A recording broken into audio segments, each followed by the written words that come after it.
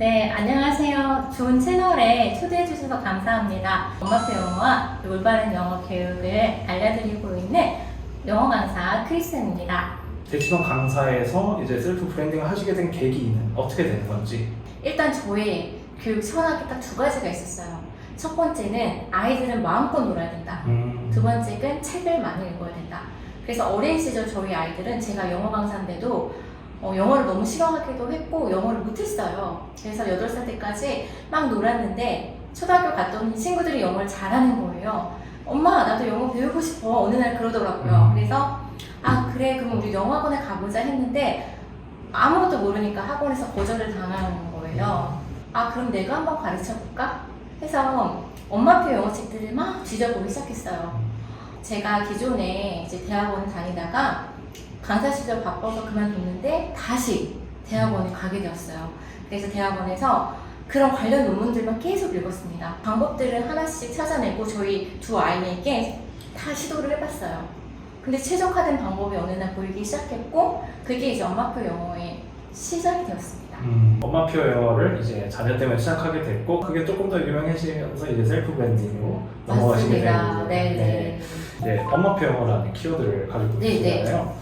그럼 이 셀프 브랜딩의 중심으로 삼았던 이유? 사실 저는 뭐 마케팅 전문가는 아니지만 그런 마케팅 관심이 많아서 책을 굉장히 많이 읽는 스타일이에요. 딱 하나 눈에 띄는 게 있었는데 자신만의 스토리가 있어야 된다고 하더라고요.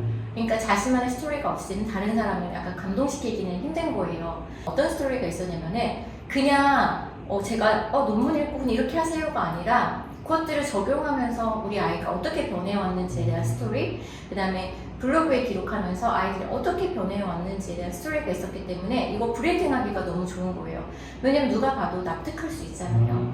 그래서 우리가 뭔가를 브랜딩할 때는 자신만의 스토리가 있어야 돼요. 그래서 선생님들에게 제가 조금 팁을 드리고 싶으면 일단 자기가 가장 좋아하는 것으로 해야 되는 것 같아요.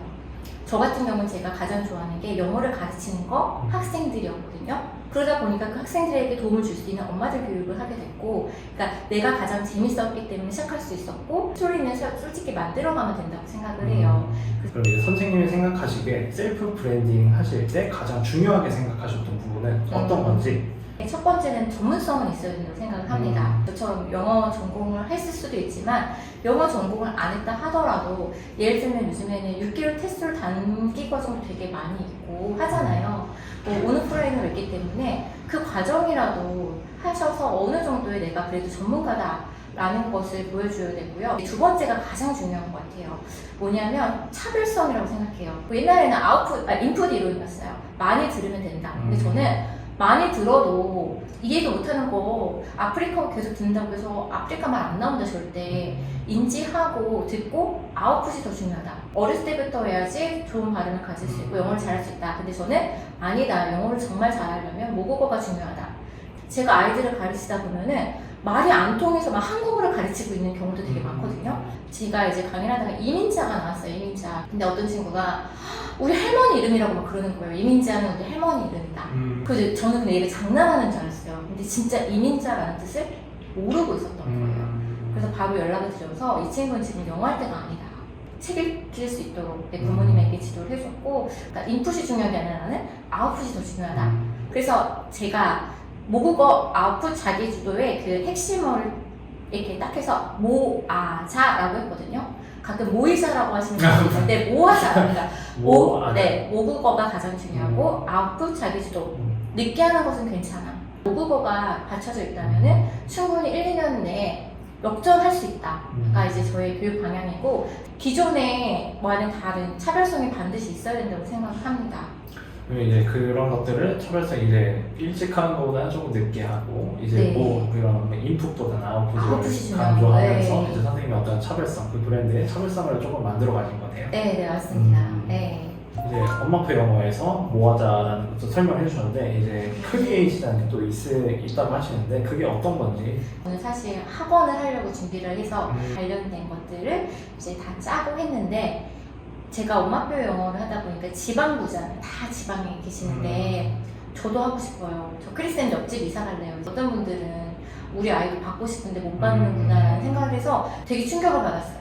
그래, 그러면 온라인부터 해보자. 모든 부모님들이 똑같이 좋은 컨텐츠를 받을 수 있도록 온라인으로 해보자. 그래서 어떻게 보면 오프라인 계획이 온라인에 먼저 된 케이스인 거예요. 부모님들이 어쨌든 내가 너무 바쁜데 슈퍼우먼도 아니고 뭔가 그냥 제가 맞는 커리큘럼에 아이가 그냥 와서 공부했으면 좋겠다 이런 이야기를 해주셔서 네, 제가 이번에 온라인으로 이제 크리에잇을 런칭을 하게 됐어요. 그래서 크리에잇은 제가 이제 크리쌤이라서 그 크리와 뒤에 있는 8, 8은 저희 8가지 교육 철학을 넣어서 만든 온라인 시스템이에요. 크리에잇에는 발음 포닉스라고 해서 예를 들어서 A와 E가 소리가 어떻게 다른지 아이들이 처음부터 소리를 인지할 수 있도록 발음 교육까지 함께 배우는 포닉스도 제가 크리에잇에 탑재를 했어요. 그래서 이번 크리에잇 영어에서도 제가 가장 신경 썼던 부분이 커리큘럼은 짜는 제가 1년 걸렸던 것 같아요.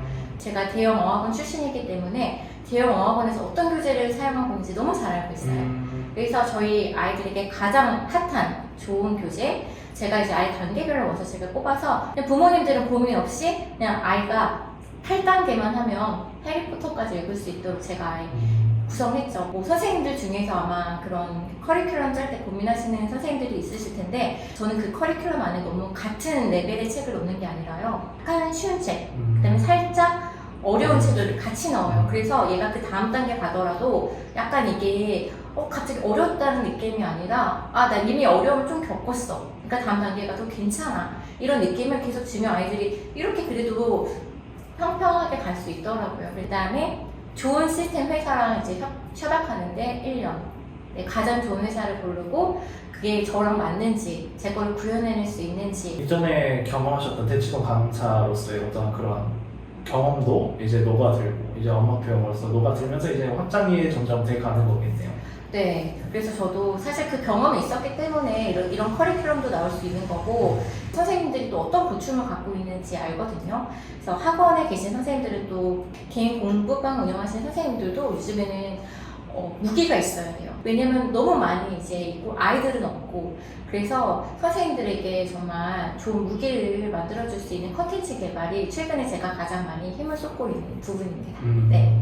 선생님 브랜딩도 확장해 가시고 계시는 중인데 이 차별점을 네. 그 고객분들 그러니까 학부모님들한테 어떻게 각인시킬 수 있냐에 대해서 조금 궁금하거든요. 맞아요. 이게 오늘 핵심이 될 것 같아요. 첫 번째는 일단 자기가 좋아하는 소재를 골라서 블로그를 반드시 시작해야 된다. 블로그에 노출할 때는 아까 제가 말씀드렸듯이 전문성을 갖추고 차별성을 갖추려면 자꾸 노출돼야 되잖아요. 그러기 위해서는 이렇게 좀 계획적으로 글을 좀 쓰셔야 돼요. 그래서 그거를 한 달만 해보라고 말씀드리고 싶어요.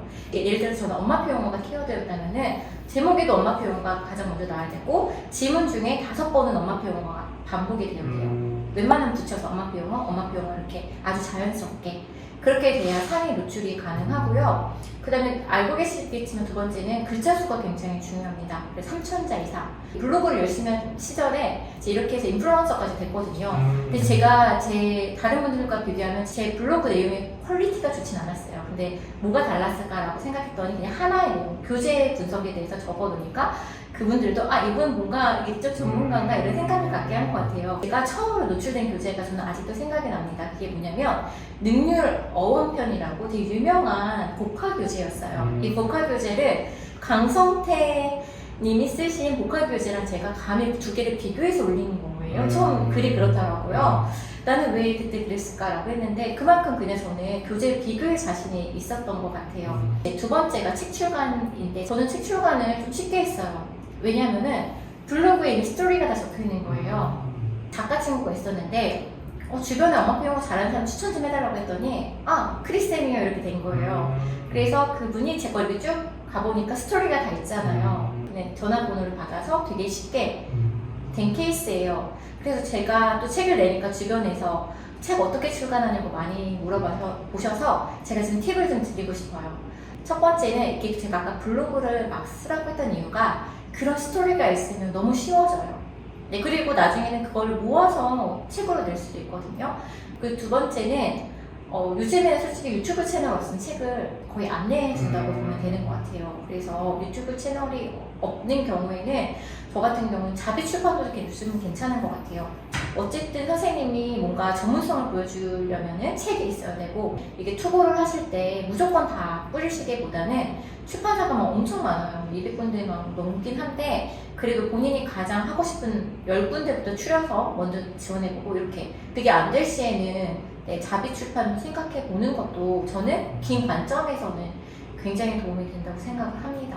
어떤 투자로 볼 수 있겠네요. 자료 그렇죠. 출판은. 나는 상담을 너무 잘해. 상담 비법 이런 것도 물론 전자책 방법도 있겠지만 그래도 종이로 된, 그리고 출판사에서 나온 책들은 무시할 수가 없기 때문에 너무 좋고, 그다음에 세 번째는 이제 이거 용기가 좀 필요해요. 저도 용기를 내는데 한 몇 달 걸렸던 것 같아요. 유튜브를 시작하게 된 계기가 아까 말씀드렸듯이 저희 엄마표 용어는 기존의 엄마표 용어랑 다르니까 뭔가 이걸 설명할 길이 필요한 거예요.